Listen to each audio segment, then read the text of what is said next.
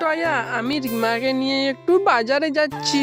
দেখি আমার মেয়েটার পছন্দ করা জামা কাপড় কিনে দেব। তুই বাড়িতে থাকবি আর বাড়িতে যে কাজগুলো আছে সব সেরে ফেলবি, আর রান্নাটাও করে রাখবি, এসে আমার মেয়েটাকে খাওয়াবো। ঠিক আছে মামি, আমি সব কাজ করে রাখবো। মামি, আমাকে একটা জামা কিনে দিও রিমার মতো। কি, রিমার মতন জামা কিনে দেব বললেই হলো? এসব বলার সাহস কোথা থেকে পাস তুই? তোকে যে আমার বাড়িতে রেখে 3 বেলা 3 মুঠো খাবার দিচ্ছি, এটাই তো অনেক বেশি। আবার বলছিস আমার মেয়েটার মতন জামা কিনে দিতে? এত কথা বলতে পারবো না আমি, যা এখান থেকে।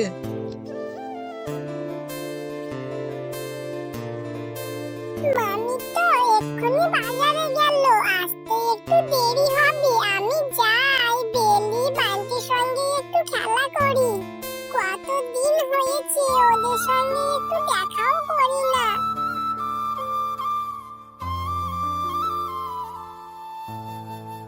বেলি, বান্টি, তোমরা কি খাচ্ছ? তোমাদের হাতে এটা কি? ড্রাগন ফল? ও বাবা, ড্রাগন ফল খেতে বুঝি অনেক মজা? আমি কোনোদিনও খাইনি।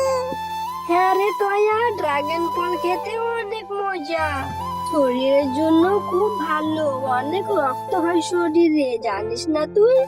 হ্যাঁ রে বেলি, আমি তো জানি, অনেকেরও খেতে দেখেছি, কিন্তু কি করব বল, আমারও না খুব খেতে ইচ্ছে করে রে, কিন্তু আমার তো আর বাবা মা নেই। খেতে ইচ্ছে হলে কে আমাকে কিনে দেবে বল? হ্যাঁ রে টয়া, তোর জন্য অনেক মায়া লাগে রে, জানিস? আর আমাদের কাছে তো বেশি ড্রাগনও নেই, আমরা তো মাত্র একটা ড্রাগন কিনেছি, দিয়ে ওই ড্রাগনটাকে দুভাগ করে আমরা খাচ্ছি। ড্রাগন ফলের যে অনেক দাম, বেশি থাকলে তোকে আমি একটু খেতে দিতাম রে। না রে বেলি, আমি তো ড্রাগন খেতে আসিনি রে, মামি একটু বাজারে গেছে, সেই সুযোগে আমি তোদের সাথে একটু খেলতে আসলাম। অনেকদিন থেকে তোদের সাথে আমার দেখা সাক্ষাৎ হয় না। হ্যাঁ রে, কিভাবে দেখা করবি? তোকে তো তোর মামি অনেক কাজ করায়, তুই তো কাজ করতে করতে একটু সময় পাস না, আমাদের সঙ্গে কিভাবে খেলা করবি? ঠিক আছে রে বেলি, বান্টি, তোরা বাড়িতে যাস, আমি এখন যাচ্ছি, অনেকক্ষণ হলো আসা আমার।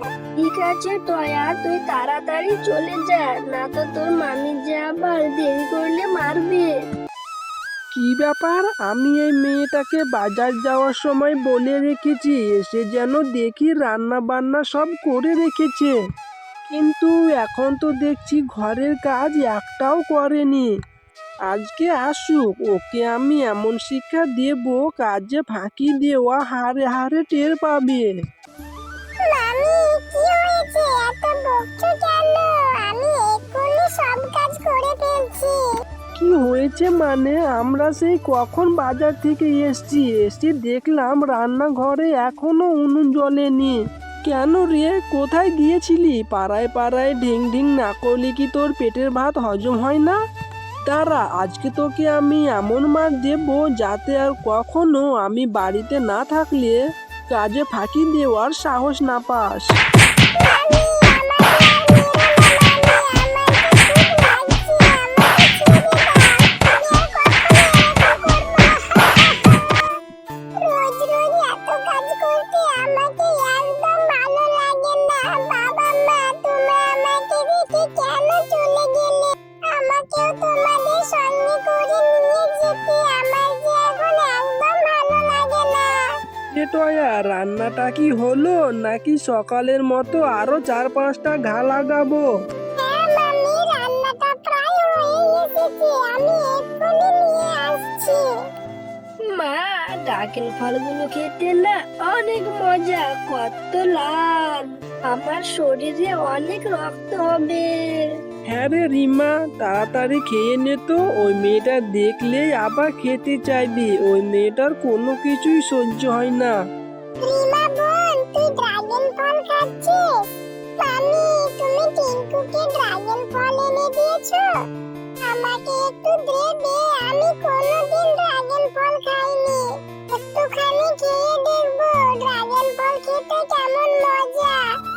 দেখেছিস, মাত্রই বললাম যে এসে ভাগ বসাতে চাইবে।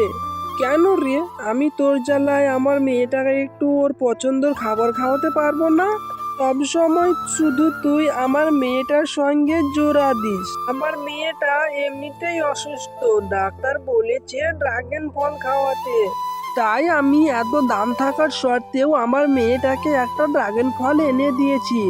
যা এখান থেকে পুকুর ঘাট থেকে 1 কলস পানি নিয়ে আয়। ঠিক আছে মামি, আমায় দিতে হবে না, আমি এক্ষুনি পুকুর ঘাট থেকে পানি নিয়ে আসছি। এরপর টয়া পুকুর ঘাটে যেতে থাকে পানি আনার জন্য। আরে এ কি, এই গাছটায় তো কোনো পাতা নেই, একটা ফুল আর একটা কত বড় ড্রাগন ফল দেখা যাচ্ছে। কি আশ্চর্য, সৃষ্টিকর্তার কি মহিমা। যাই হোক, আমি এখন এই ফলটা আমার সঙ্গে করে বাড়িতে নিয়ে যাব। মামিকে বলবো আমাকে আর রিমাকে খেতে দিতে, তারপর আমরা মজা করে খাবো। এরপর টয়া ড্রাগন ফলটি নিয়ে বাড়ি চলে যায়। মামি দেখো আমি কি নিয়ে এসেছি, কত বড় ড্রাগন ফল। আমি এই ফলটা না নদীর ঘাটে পানি আনতে গিয়ে দেখি একটা গাছে ধরেছিল। ওইখান থেকে নিয়ে আসলাম পেরে আমার আর রিমার জন্য। এখন দুজন মিলে মজা করে খাবো। কি সব বলছিস রে টয়া, জঙ্গল থেকে কি না কি নিয়ে এসেছিস, আবার এসে বলছি আমার মেয়ে রিমাকে খাওয়ার কথা। নিশ্চয়ই তুই এই ফলটার মধ্যে কোনো বিষ মিশিয়ে এনেছিস বা কোনো জাদু করে এনেছিস, যাতে করে আমার মেয়েটার অনেক বড় ধরনের ক্ষতি হয়, তাই না? না মামি, আমি এসব কিছু করিনি। আমি তো আমার জন্য আর রিমার জন্য নিয়ে আসলাম। রিমা তো আর একা খাবে না, আমিও খাবো। কোনো ক্ষতি হলে আমাদের দুজনেরই হবে। এত কিছু জানি না, তোর খেতে ইচ্ছে করেছে তুই গিয়ে খা, আমার বাড়ি থেকে বেরিয়ে যা। আমার বাড়িতে বসে বসে এই সব ফল তুই খেতে পারবি না। নিশ্চয়ই এই ফলটা আমার বাড়ির জন্য অশুভ। তুই আমাদের মেরে ফেলার ধান্দা করছিস, তাই না টয়া? আচ্ছা মামি, কাউরে খেতে হবে না, আমি এই ফলটা এক্ষুনি নিয়ে ফেলে দিব। আমি এই ফলটা খেতেও পারবো না, মামি কত কিছু না বললো। আমি কেন রিমার ক্ষতি চাইবো? রিমা যে আমার ছোট বোন। হে সৃষ্টিকর্তা, তুমি আমাকে এত দুঃখের মধ্যে কেন ফেলালে? আমার যে এখন একটু ভালো লাগছে না। বাবা মা, আমাকে তোমাদের সাথে করে নিয়ে যাও না, আমি এই ফলটা আর খাবোই না, এক্ষুনি পানিতে ফেলে দিব। এরপর টয়া পানিতে ফলটা ফেলে দেয়।